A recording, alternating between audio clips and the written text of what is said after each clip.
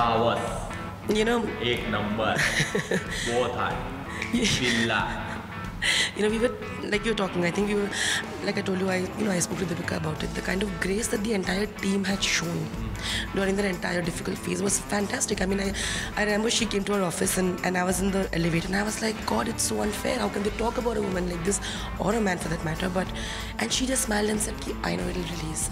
I wanted to say a lot of things to a lot of people and do a lot of things that aren't pretty. But I was giving very strict and categoric instructions to not say anything, to not do anything, and I had to abide by that because it was these people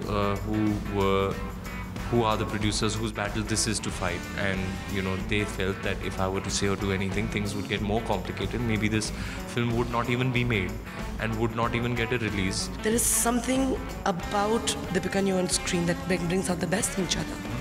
When you as an actor today look at her journey, because you know, from Ramleela today, what do you think of it? I thought this was a unique instance where we're both a part of the same film, but we don't have a single day on schedule shooting together, you know. I think she is the best we have. She's a world-class actor. I admire her skill, her craft. I have learned a lot from her. And I very closely follow her work, and I think she's an incredible performer. You know, I don't think anybody else could have played Rani Padmaavat. There's nobody else who could have done justice to that role the way she did. You know, the kind of strength of character, that power she exudes. This movie has made a humongous amount of money. But you've also been one of the person who's never been in that race of, you know, my movie has to make, when you know, the race that Khans always have to be in.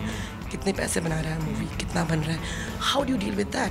I don't deal with it. It's just, it doesn't enter my stream of consciousness.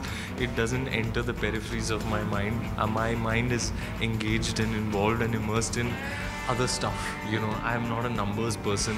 I'm a failure in maths. I've been failing since 3rd standard. I've been failing in maths. So numbers are just not my thing. Honestly, very few actors would automatically apologize instead of instinctively reacting when you said, oh, you know, I shouldn't have said Shahid. I could have done Kameene better.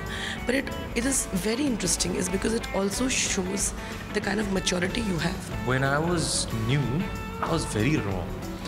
And I was very arrogant about my own talent and ability. I thought I could act the pants off anyone. When I started acting more, performing more and more, I started learning more and more about this whole gamut of performance and acting. And the more, it's amazing, the more work I do, the more I realize that I don't know anything. You know, that I'm such an insignificant speck in the larger scheme of things, that I have so much to learn, that this whole, being a performer, you know, acting, performing is limitless. There is no limit to what you can achieve, and that's the beauty of it. For all the Garma Garam Bollywood gossip news and more, download the Zoom app now.